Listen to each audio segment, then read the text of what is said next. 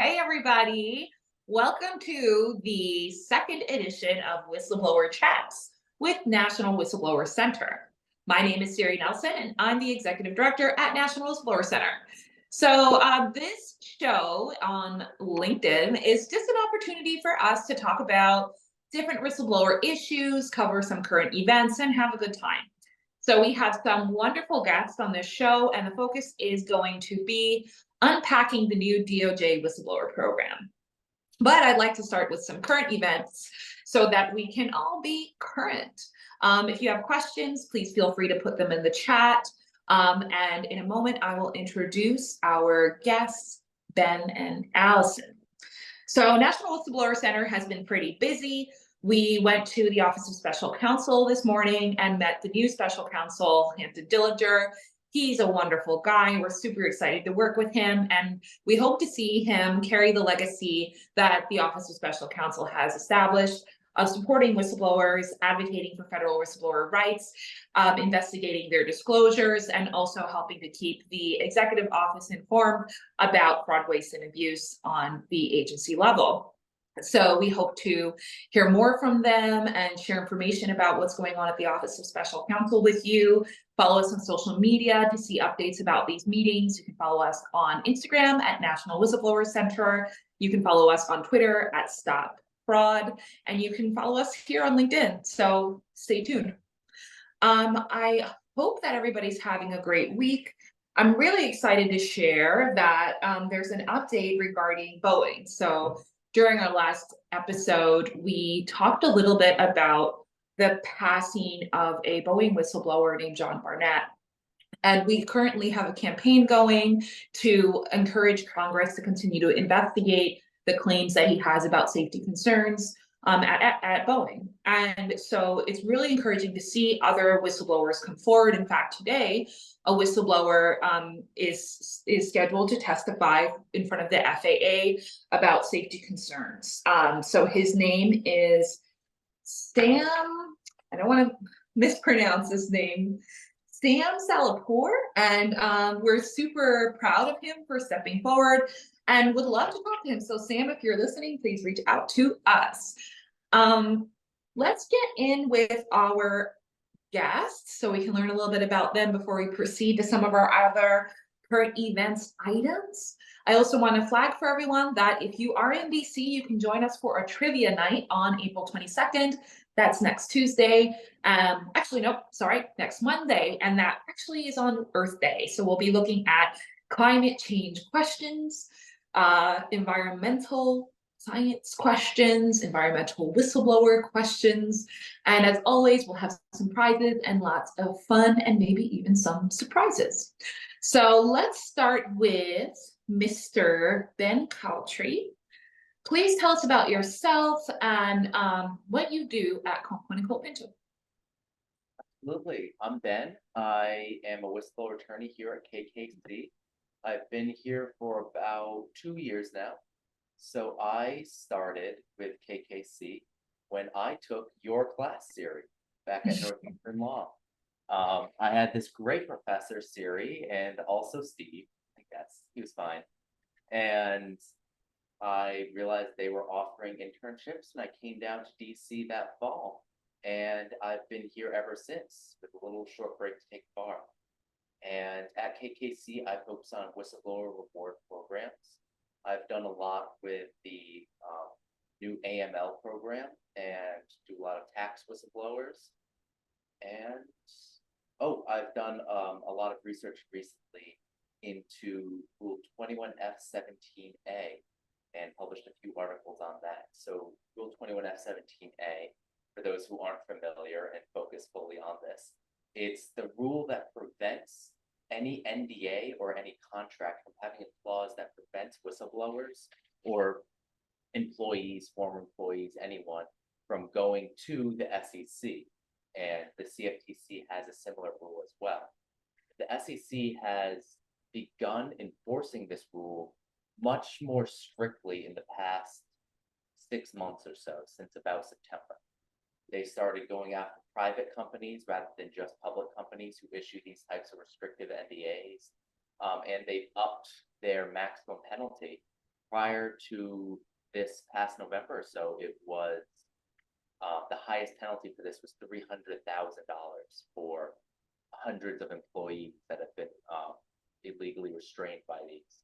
And with a more recent action against D.E. Shaw, they upped it to $10 million, which is a much more significant deterrent. Because thousands of employees restrained for having their ability to go to government restrained for a couple $1,000, that's nothing. But $10 million, that might make companies actually not use these types of illegal NDAs. And so it's very exciting area. That's so cool, Ben. We're going to talk more also about like the whole theory of deterrence that's around that, and some other things we've experienced recently, like attending the TAC conference. Yeah. So we look forward to hearing more, especially as we go into our next current events item that has to do with the DOJ and the IRS program. So let's just move on to Allison so she can have a chance to introduce herself, and then we can Yes, have sorry. an open discussion about some things. NDAs. Huh? I tend to ramble and go on a little bit when talking about NDAs. I know, right? What was the last day? Well, I'm Allison Wise. I am the Celeste Kohn Public Interest Law Fellow at KKC, so also a whistleblower attorney on your title. And I, like Ben, have been with KKC since the start of my legal career, although mine began more recently. I graduated law school in May 2023, took the bar in July, started with KKC in September. So I've been here for 8 or so months. I've been enjoying learning all about whistleblower law. Don't ask me if I took the class, it'll reveal an incriminating answer. When I taking Siri and Steve's class, it's, and though I hear great things about it. But since I joined KKC, I particularly enjoyed working on cases in sort of the AML, OFAC sanctions space, and learning more about cryptocurrency, all of that. Looking forward to discussing some current events with you all today. Oh, yes. I'm so happy you brought up crypto, and I'll forgive you for not taking our class, Allison. It's okay. It's Thank you, awesome I appreciate that you've been able to do so much great work at Kohn Colapinto. And it was so cool to see both of you at the recent attorney happy hour that we hosted. So that gave me the opportunity to invite you to join the Whistleblower Chat today. So let's dive into something that's quite recent. So last weekend, NWC Sunday Read was all about taxes, tax day, IRS enforcement actions. And that was actually built on with recent remarks from Senator Grassley. So he made a really, really yummy title, Sunny Places for Shady People, for his recent speech on IRS fraud and overseas tax evasion.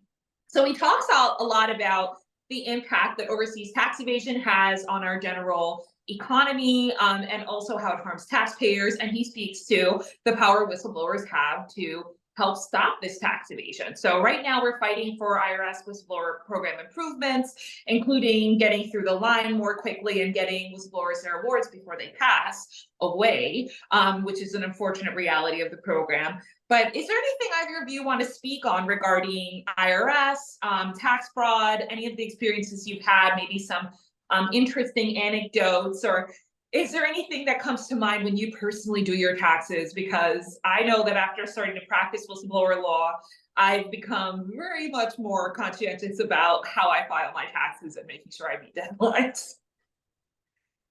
Yeah, so I think both of us know that the IRS, even before this new bill, which is going to be a great help to the IRS program, they're already working on a lot of reforms at the IRS program to try to modernize themselves, bring them into the 21st century kind of. So one thing they're working on is trying to get an online portal established. One thing they've done recently is they updated the Form 211, which, for those who don't file IRS claims, that's the form that whistleblowers file to provide information. It's also their application for award, all bundled up into one. So they made a new updated form for that. That's a lot better and gives a lot more detail to questions that they ask. And one thing very key point of information that they put in one of the information boxes, it says the signature does not need to be wet ink signature. It can be scanned and be digital, or not digital, not digitally signed, but you can scan it and doesn't have to be the original signed signature with a pen.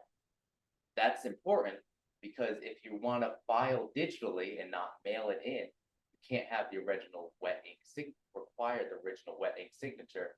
So it shows that they're moving towards an online portal for these applications, for these whistleblower claims, which is going to make these the system for whistleblowers a lot simpler to try to be able to do this without an attorney, without the need for an attorney who knows how to do this.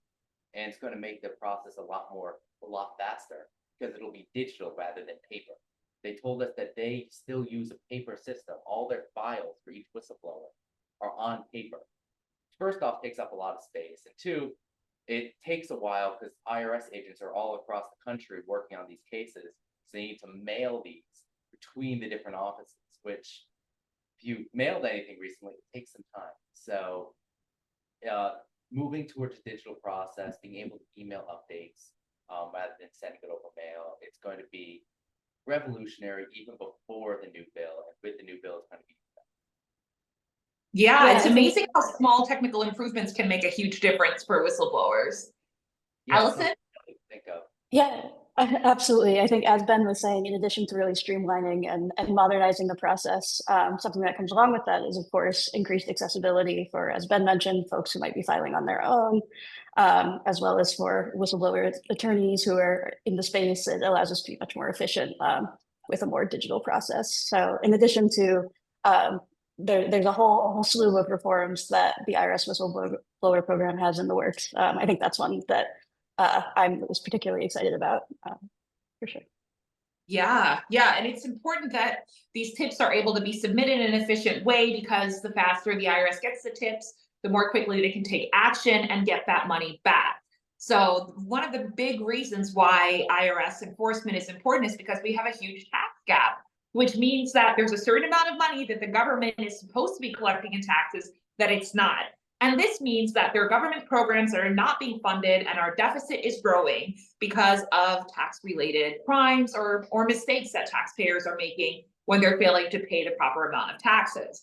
So these programs are really important to making sure our government runs efficiently. Right now, we're running at a deficit that's over $1 trillion. So recently, I saw a post from Vince McKnight at Sanford Hessler and Sharp, which I will highly recommend following him if you want to stay up on these like really interesting stories that are coming out related to a GAO publication that shared that the government is defrauded in the scope of, according to the GAO, which is a government office, that the government is defrauded in the range of 233 million to 521 million, no, not million, billion a year. Like this is insanely large amounts of money. Between 223 billion and 521. No, am I wrong? Yes, 521 billion a year. Like that's insane. And that's not even only tax fraud, that's all other types of contracting frauds that are happening. So I know that at Kohn Colapinto, one of the most important things that you all do is help whistleblowers who know about government contracting fraud. So do either of you have anything to speak on related to that, or any fun interests or facts about, government related fraud? I've done mostly private fraud, mostly corporation stuff like that, and money laundering and all that fun stuff. But it really is just incredible hearing those numbers. And one of the greatest things whistleblowers do is it's not just bringing cases that the government would never find, which they also do. It's also reducing the amount of effort that needs to be expended by these government agencies trying to track down fraud by providing all the documents and pointing them in the right direction. So they spend a quarter of the amount of time doing this research and doing these investigations to get this money back. And it's essential. And when people know that the government will eventually find out that they're not paying taxes instead of just letting them get away with it for 20 years, then they're going to be more proactive about doing it themselves. Yeah. So recently you attended the TAF conference, the Taxpayers Against Fraud, which is an organization that we wholeheartedly support and have lots of overlapping interests with. So you recently attended their conference. Can you share anything that was discussed during that conference related to, government fraud or any of the other topics we brought up, like the IRS program, or even, things like corporate regulations, especially as they pertain to safety, like, for example, with Boeing? Yeah, absolutely. Ben, something you said actually reminded me about something that came up pretty frequently from government panelists at the TAF conference, was sort of the role of whistleblower attorneys as these kind of gatekeepers in their investigation, their process. So being able to whittle down the documents, figure out what's most important, get that to the government in order to streamline their process, and sort of help guide things in a way that is beneficial for all parties involved to hopefully stop the fraud that's occurring. Sort of an overarching theme that we observed. There was a lot of conversation about different enforcement priorities. We got to hear from representatives from SEC, CFTC, FinCEN, OFAC. So we can definitely go into that if you'd like. Yeah. But overall, it was a really great experience. As I mentioned, I'm new to practicing law, new to practicing whistleblower law. So it was great to meet folks from around the country doing such a variety of types of work in this space. I think there's a misconception that whistleblower lawyers do one thing, but it's such a broad practice area that it was great to hear from other folks. Yeah, and it's awesome because TAF has a group for lawyers that are early in their careers, and there's a lot of information sharing that happens there. And as I mentioned earlier, Vince McKnight, who's really, at the forefront of a lot of the developments with whistleblowing, is in a leadership position. They're recently elected. So congratulations, Vince, if you're watching. And so it's wonderful to hear all this information exchange happening at the TAF conference. But how about, things that are going on under the radar that folks don't really know about? Is there anything that comes to mind? You both brought up things around international crimes, transnational, like money laundering, things like that. Is there any kind of secret information that you've come across, or maybe like under the radar news stories that we should all be thinking about? No particular news story that come to mind immediately, though I'll keep thinking about it. But something that I also learned at this conference was sort of the way that the rise of enforcement of cryptocurrency fraud interacts with transnational fraud, sort of broadly. Something that government folks emphasized was that when there's crypto involved, it's really hard to avoid the flow of funds through the US sort of at some point. So I think the relationship between those two things is sort of a budding area of interest for me. Yeah, crypto is ripe for enforcement, and there's tons of whistleblowers that want to come forward, but there isn't really enough guidance, I think, around where they should go when they know about frauds, and what kind of reporting needs to happen and who has jurisdiction over it. So there's been CFTC actions, SEC actions. I know that FinCEN is going to get into the mix as well. So, it's something that hopefully we see FinCEN issue their proposed rules for their anti-money laundering whistleblower program, which is another thing NWC is pushing for, so that whistleblowers can be more well educated about what can be reported, especially given that, these cryptocurrencies are just breaking the law right and left, acting like it doesn't apply to them. And in a sense, it kind of doesn't, because nobody's really taking the charge on enforcement actions and collecting whistleblower tips. So there's also a recent story about just general conduct at different sorts of enforcement firms. I mean, not enforcement, investment firms, where you hear about, and this is from Whistleblower Network News, where the SEC issued a notice of covered action for whistleblowers who reported about folks using off-channel reporting, off-channel communication programs, right? So what could this be? Maybe WhatsApp, maybe Signal, maybe napkins, who knows what they're using off-channel communication methods for, but I mean, it's illegal to have a firm and do the majority of your financial decision making on an off channel network, because there needs to be a record of the decisions that are being made, and it's mandatory. So this is kind of one of those niche rules at the SEC. Ben, you brought up another kind of niche rule about NDA. So, let's hear more about that. Yeah. So 21F17. Oh, real quick with the off-channel communications. Yeah, it is incredible how much that is popping up. It is constant. Every month, the SEC seems to release a new enforcement action targeting another 15 firms that are using WhatsApp in their communication. And keeping it. And it's one of those things where it popped up because of pretty much COVID. People went off to their separate rooms, separate houses instead of being in an office. They keep communicating more informally. And the SEC, from what I understand, they're pretty understanding, like, all right, we get it, but now you need to get back and make sure that you have records of this. And actions were just not taken to come into compliance with this and to follow the very well-established rules. Even after all of these enforcement actions saying, hey, you will get in trouble if you do not follow these rules, we are enforcing this. You should know now, because we're enforcing this, that this is a rule you need to follow. That's the same thing that's happening with these NDAs. So the first enforcement action for this was 2014 against this company, KBR.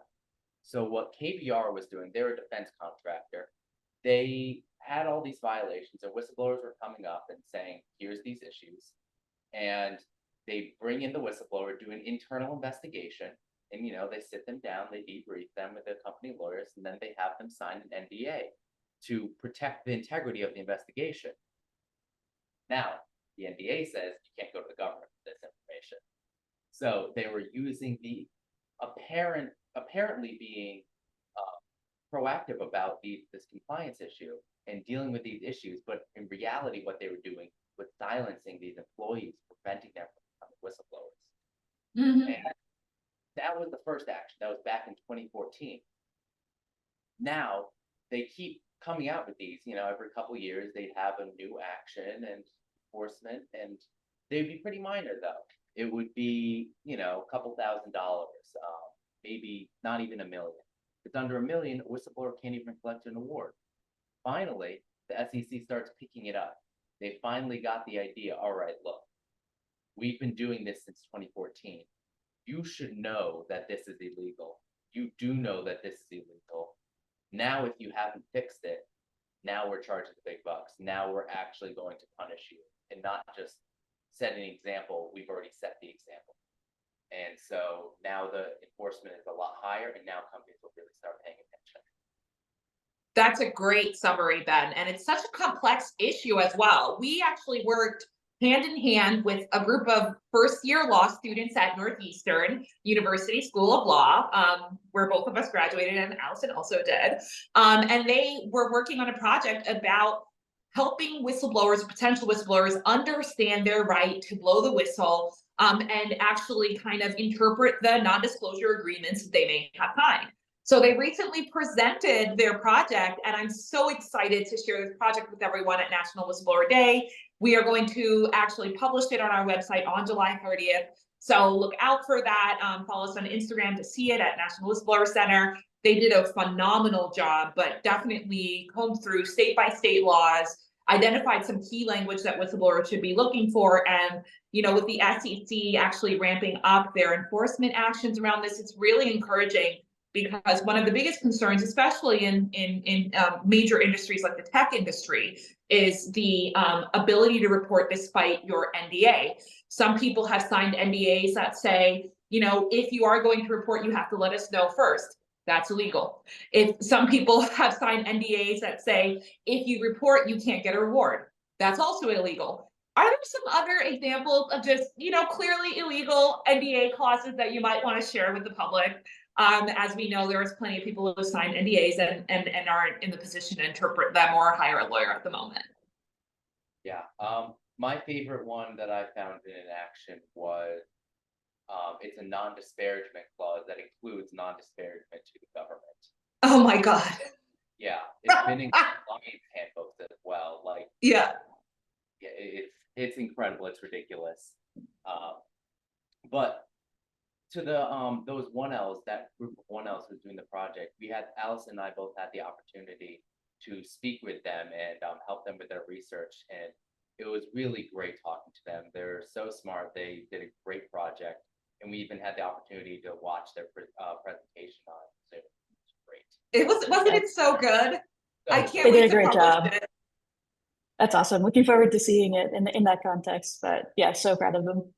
Yes, yes. So as we wrap up, I think I hear Steve Cohn's voice about to enter my office and talk to me about the new DOJ campaign that we're launching with KKC. But I do want to highlight, a recent article that was posted on Whistleblower Network News about mandatory awards and them being the key to the new whistleblower program at the DOJ. So we've focused a lot at NWC on the value of rewards and how important they are to successful whistleblower programs. And I really just want to shout out Senator Grassley again for being a real tough guy on this issue and recently speaking at a hearing about issues with partial award payments, mandatory rewards not really being abided by, and the importance of actually paying whistleblowers who are entitled to their awards. So thank you, Senator Grassley, for speaking up about rewards and also, looking out for the DOJ's whistleblower program rules. And we'll be talking about that more with Steve in a second. So is there anything you all want to say, like about anything, whistleblower issues, some project you're working on that you want to share? Any kind of last comments? current projects I can discuss right now, but with the DOJ new program, that was of course a huge topic of discussion at the Austin conference. It's the big new news. Everyone's excited about it, and I'm curious to see what happens with it. So the DOJ has had a whistleblower program in the past. They had a pilot program called the Kleptocracy Asset Recovery Rewards Program. And so we don't know any of the details of this new program, but that prior program, it was a pilot program launched in 2020 at the same time in the same omnibus bill as the AML whistleblower program, the original one before it got fixed. And it had no mandatory rewards, so Congress would have had to approve every single award that goes to whistleblowers, had no mandatory minimum, and it didn't give any statutory guarantees for anonymity or confidentiality. Their only guarantees that were in the statute, it said something about when providing an award, it could be confidential, and then if determined to be enforced by the secretary. And it had some language on the website. But the website also provided a phone number and an email, which were not answered. I called, I emailed 6 times over the course of about 2 months, nothing. So if the new program is based on that old program that they launched, I'm very worried about it. But we know there's always chance for improvement. Strong words for the DOJ, Ben. Strong words. Strong ending. Yeah, it's interesting to see what happens. We've seen programs that work and programs that don't work quite as well. So hopefully the DOJ is receptive to what folks are saying, and curious to see how their process is developing. We know how to make a good program, and if they follow those rules, they can make a great program of this. See if they want it there, if they do that. I agree. And NWC is actively commenting. We have a campaign about the whistleblower program and the proposals that are being made by the DOJ. So we're looking forward to discussing that in a moment with Steve Cohn, our chairman, and founding attorney at Kohn Colapinto.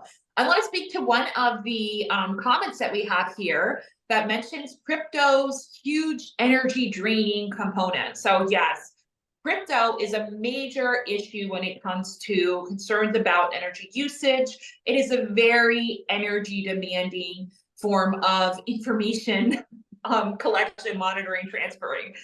So we at NWC definitely care about environmental protection, and we're also happy to announce that we are now members of the Nature Crime Alliance, which is a group of organizations that work together to combat climate crime, nature crime, wildlife crime, and help protect our ecosystems and biodiversity and other things that are very important to helping us enjoy the world that we live in.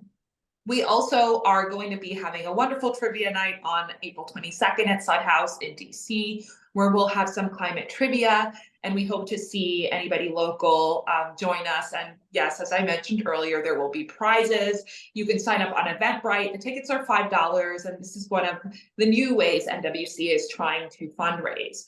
If you like the show that we're having now, and if you want to see it continue, please donate to National Whistleblower Center. We are a 501(c) organization, so every donation is tax exempt, and you can donate at www.whistleblowers.org/donate. Every donation counts, and we're currently raising money for our trip to the International Anti-Corruption Conference in Lithuania, where we'll be talking with other whistleblower advocates about important issues like reward laws, like tax enforcement, like transnational enforcement, and also brainstorming around solutions for the anti-money laundering program. So please take your wallet out and give to NWC today. We really do need your support. So outside of that, I think I'm just going to let the two of you go. Thank you so much for joining us. You had such great insights. I really love having both of you here. I'm going to step away from the camera for a second because I think Steve came in to my office, but I can't see him. So everyone who's Thank you, watching, Siri. Thank Yeah. you so much for having us, Siri. Yeah, so I hope to see everyone at trivia for Earth Day. Yes. Awesome. I can't wait to see you. All right, I'll be right All back. right, thank you. Steve Kohn has arrived. Let's see. Hi, Hello, Steve. hello. What's going on? What's going on? You tell me. I don't know. I didn't know you were downstairs. I was just downstairs eating Okay. my Thomas sweet ice cream. None for me. No, we got some chocolate. All right, so I invited you to talk about the DOJ program. So this is your platform. I just got off with Allison and Ben. They told me about all the great work going on, all the cool stuff they're working on, but tell the world why the DOJ program and the feedback that we're giving them and the webinar that we'll be having is so important. Well, the Justice Department plays a critical role in every major fraud and anti-corruption case, period. And the fact that they don't have a working whistleblower program is shocking and outrageous. So the SEC has one, the IRS has one, the Commodity Futures Trading Commission with a big, tiny little group has one, but the Justice Department does not. And this is a gaping hole. And maybe it will be fixed, but I will say this right now. The only way it's going to be fixed is if the Justice Department hears from every single person who's listening to me now and pushes them to do the right thing. They've been sitting on the sidelines for 40 years, and it's time to get them to play ball. All right, Steve. Okay. So the insiders all know what you're talking about, right? Let's break it down for the people who have no idea where we're coming from. What is this process? How did it start? Why do we only have a few days to respond? Like, what is going on? So the good news is, out of the blue, the Deputy Attorney General, who runs the Department of Justice, the number 2 person, but they really run it, out of the blue, she gives a speech. And in the speech, she says, we're doing a 90-day sprint. Like, what has the federal government done in 90 days? Well, they're going to set up a whistleblower program in 90 days. That's what's going on. And then they're going to seek input from stakeholders during this process. So we have met with them. We have a good idea of the issues that we have to confront. And the basic issue is they don't fully understand whistleblowing and how it works and what is needed. So that's what's going on, but they're actually going to put a program together. We have another 45, 50 days for them to hear from the whistleblower community, from whistleblower lawyers, from people interested in anti-corruption, to make sure they do it right. So this is an incredible opportunity, but on the other hand, tremendous risks. Because if they get it wrong, it could take years to fix it. So, okay, the Securities and Exchange Commission has a program, right? The Securities and Exchange Commission has long been giving the DOJ information, right? FinCEN is trying to figure out their program. CFTC has a program. IRS has a program. Why does the DOJ program even matter? Okay, so if you read the small print, what you'll see is that many of the largest fines come out of the Department of Justice. Also, the FBI is part of the Department of Justice. And the FBI acts as investigators, not just in a DOJ investigation, but we work with the FBI agents on all these different laws. Every major tax case they bring the Justice Department into. Foreign Corrupt Practices Act, most of the big fines, Department of Justice. The money laundering law, Department of Justice. So other agencies are involved, but DOJ is often the biggest player. And for that player not to have a mechanism for anonymous and confidential reporting is a gigantic hole in the system. But let me just bring it down to give you an example. Money laundered. So what does that mean? It means that if a drug cartel in Mexico puts $200 million into the banking system, that is criminal and it can be prosecuted. But who's going to do that? Who's going to pick up that case? It's going to be the Justice Department. And who can the Justice, so it's a little complicated, but watch it. So now we get a whistleblower at a bank, and he says that this is drug cartel money. The bank freezes the assets. Then it goes through a review on whose money was it. It turns out it's dirty money from drugs. The whistleblower turned it in. The whistleblower, say from Mexico, is risking their life. The whistleblower has done everything we want them to do, but under loopholes in the law, because the Justice Department would prosecute that case, that whistleblower may end up with no award, no compensation, no confidentiality. Strike 3. So the ability to police corruption could be seriously and will be seriously compromised if justice doesn't get it right. So this is really also what's at play. There's an obscure law for whistleblowers, but it gives the Department of Justice total discretion on how to protect, compensate, and process whistleblower cases. So unlike Dodd-Frank, where Congress has a complete structure that's very pro-whistleblower, in the Department of Justice side, this is what Congress said. Attorney General, set up a program and do what you want. Total discretion. So what the Deputy Attorney General said when she announced this 90-day sprint, what she said was she admitted that their program hasn't worked. And she says, you're going to set up a program.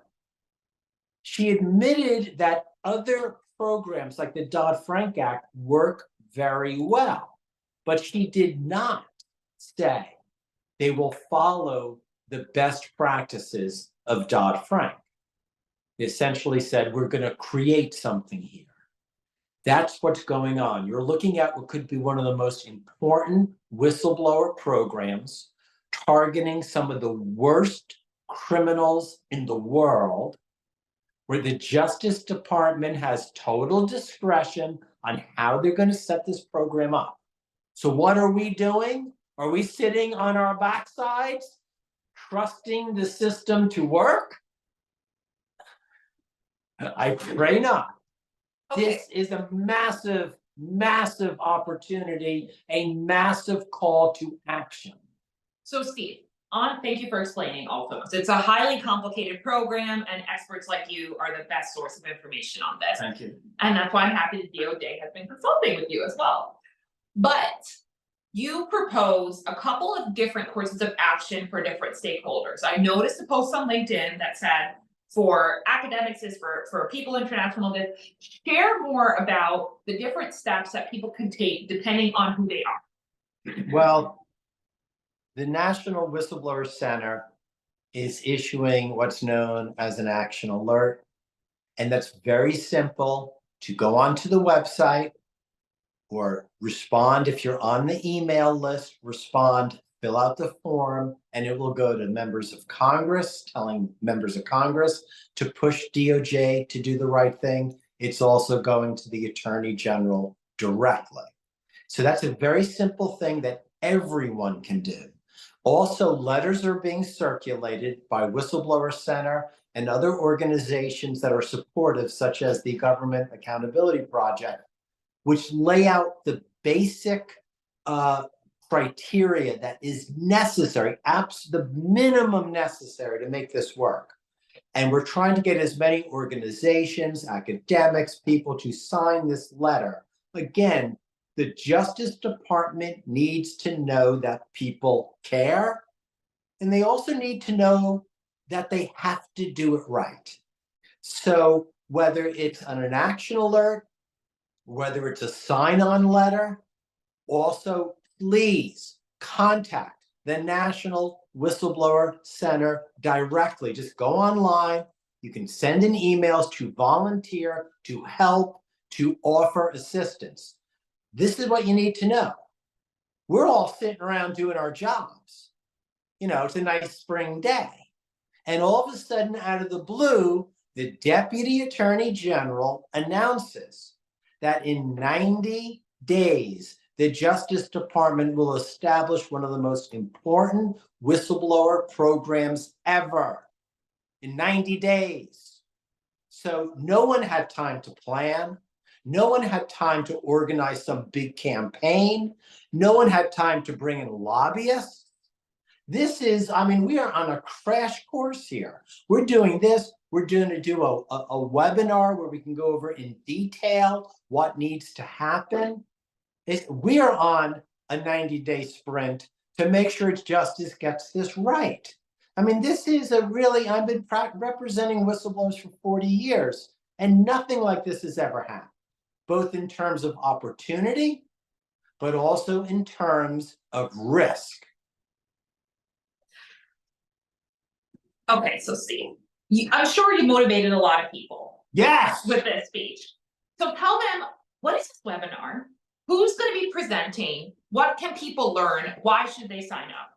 Well, the webinar I will be presenting, and others, I'm sure Siri and others will be, but the webinar is going to consist of two things. One, we will be able to go over exactly what needs to happen. What are our asks? What are the structures, and why the Justice Department needs a whistleblower office, why they need confidential reporting, why they need to follow certain provisions of Dodd-Frank. So we will give anyone who can come on and listen the intellectual information, links, so you understand what the issues are. Second, we will explain in more detail how to activate.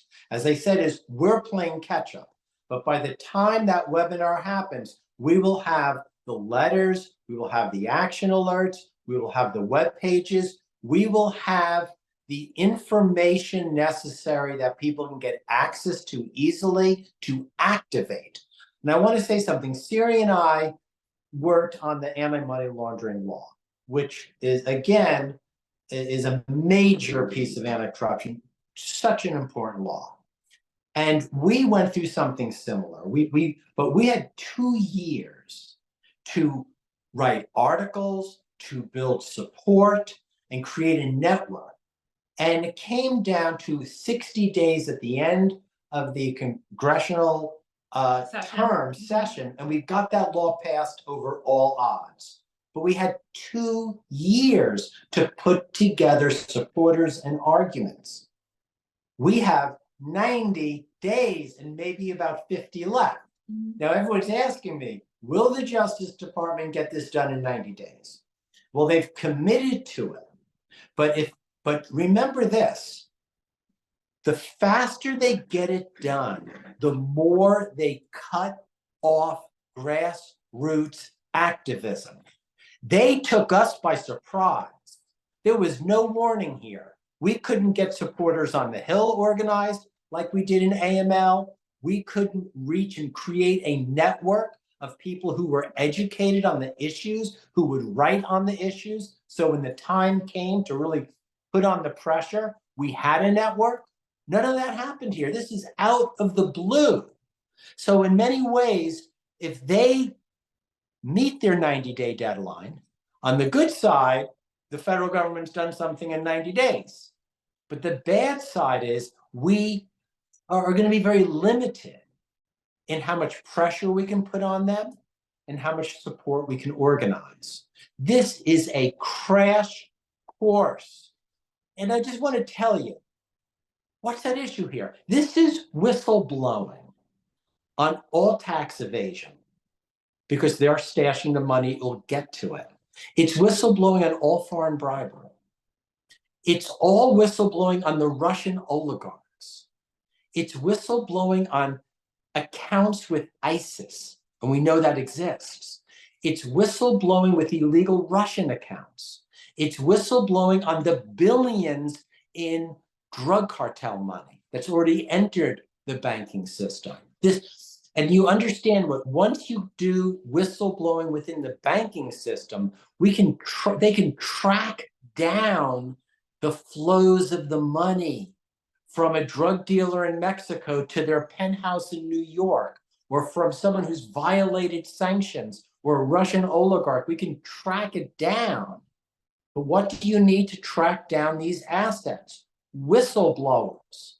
And this program is targeting these whistleblowers in the most vulnerable positions, but whistleblowers who have access to information that can just create tremendous anti-corruption progress. Tremendous. So we need help. We need help. Yes, and I just want to share some numbers with you that I will put a smile on your face. So we just launched this campaign recently, right? We've got all hands on deck. There's members of the KKC team working on it. There's members of the NWC team working on it. We're collaborating to make this a priority for DOJ and make sure your voices are heard. So I want to share a little bit about the impact we've made so far. We have had over 1,500 people take action already, and we just launched this campaign. And because our action alerts are so effective, these 1,500 people were able to send 6,700 letters to Congress. 6,700. That's almost 10,000 letters. We're so close to reaching 10,000 letters.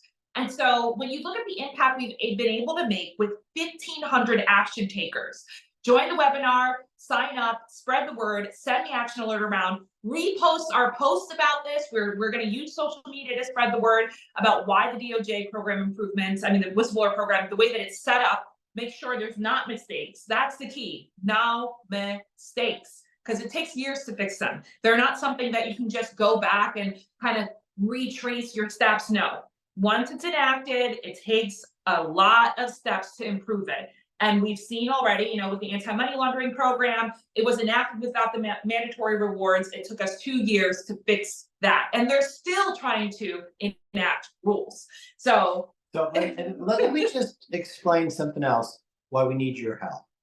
And we need it badly. So you know it's a tight deadline. You know the law is critically important. You know that there are whistleblowers around the world who so much need this. I mean, we've traveled, serious travel. I've traveled. We've met with these whistleblowers who have tremendous information. And have their lives are in danger. I mean, this is big stuff. But when we did money laundering, when we pressed the button for full activization after 18 months or 19 months of putting things together, we were able to hit it with the Twitter, with the Facebook, with action alerts, with mailing. As we can understand it, within about 3 weeks, we had over 200,000 people take action. But it wasn't just us. When she's talking 1,900, that's nothing, because then people get other people to do it. It becomes a snowball, a rolling process that builds. That's what we don't have the time for to organize right now. It's up to you. It's up to our supporters and whistleblowers to take what we're sending out there and amplify it and make the phone calls and get their friends. Because if we had been able to set the infrastructure of a highly successful national campaign, which would take about 4 or 5 months minimum to put together, then we'd be in a better position. Yep. They sprung this on us with no warning. We must respond in kind. So it's not just responding to what NWC is doing. Please think it through. Get your friends. Mobilize in any way you can. Understand that, yes, we're going to have a lot of action. We're going to get a lot of people taking action, but not enough without this snowball effect. And it takes like 100,000 people, 100,000 letters to go out to really force Congress to do the right thing, to force the DOJ to do the right thing. I don't want to take any credit away from them. They are being proactive about hearing from whistleblower advocates. And that's what makes your action even more important, because they're listening. So now is the time to act. Now is the time to get involved in something meaningful. Now is the time to support NWC. Join our mailing list, take action. I want to quickly pivot because we're about to wrap. This has been great. I love whistleblower chats because we get to have conversations like this. I want to bring your book forward here. I put it behind us, but I'm going to put it right in front of us. Rules for Whistleblowers. It's Stephen Kohn's book. Anybody who donates $50 to NWC can get a free copy of this book. We will be at Georgetown's French Market later this month, and we'll have these books available. You can stop by, talk to our staff. And there was a question in the chat about whistleblowers in Africa. And I think this book is the kind of book that whistleblowers in Africa need, because when you're looking at how do I get in touch with transnational enforcement, when you're looking at people getting killed, which is very much happening in South Africa, for example, we need people to have the information. Information is power, knowledge is power. Steve, please tell people about your book. So just very briefly, if you buy this book through either the Whistleblower News Network, my law firm, or NWC, 100% of all the proceeds go to the NWC. Yes, you can make that donation, pay a little more as a donation, get the book for free. But if you get it through us, not through Amazon or from other service, if you get it through us, 100%. Now, when that book was written, the global whistleblower laws were all in place. Money laundering, foreign bribery. And it explains in detail how people from any country in the world can use these laws and how they have been using the laws. So the book is essential for those folks. And what the DOJ program just does is it puts the Justice Department, which is already involved in the cases in a mature and just way. I'll give an example. You can go now to the Department of Treasury on money laundering, and it can be confidential and anonymous. But if the Department of Treasury brings in the Justice Department, they don't have provisions for anonymous whistleblowers. So a whistleblower, say from South Africa, who was very safe working with Treasury, now is at risk working with justice. And guess what? Lawyers like me have to tell the whistleblowers that. We have to say, you know, you're at risk. And then it's up to the whistleblower to say, well, I don't want to give my information to justice. I'll just give it to Treasury. I'll just give it to the SEC. We have to make sure the whistleblower is safe. Period. I will not ever put a whistleblower in danger. If they were to ask me to put him in danger, I would say, no, go hire some crazy lawyer. I won't do it. So what's that mean? It means unless the Justice Department comes up to speed, joins in, it is very hard to get information to them, which means the villains and the corrupt people win. And when you look at this entire issue from a global perspective, you see how important it is. But global whistleblowing is happening right now. Most of my large cases and clients are all international people. I live with it every day. They're not from the United States, and it's very stressful. We owe it to them. Yes, well, I don't think we could have ended on a better note, Steve. Siri, I want to thank Siri. I want to thank the National Whistleblower Center for caring about these issues, for going forward. And I want to say this, please donate to the National Whistleblower Center. Now, this campaign is going to go whether you give a dime or not. But I want to say that my ability to go to a group like the National Whistleblower Center, explain what's happening, and have them immediately drop everything, lead this campaign, put resources in, no foundation support, no funding, because we didn't even know it was going to happen. I mean, and for them just to switch everything and make this their #1 priority, that tells you what the National Whistleblower Center is all about. It's about winning. It's about getting real rights for whistleblowers, even if it means no fundraising and doing things for which they have no financial backing. It's up to us. It's up to you. It's up to us collectively to make sure whistleblowers are protected and to make sure the system works. Thank you, thank you, thank you. And Siri, thank you. Thank you. See you, Steve. Thanks for coming. Check out our website at www.whistleblowers.org. And like Steve said, it's up to us collectively to support whistleblowers. Have a great day and see you for our next Whistleblower Chat in May.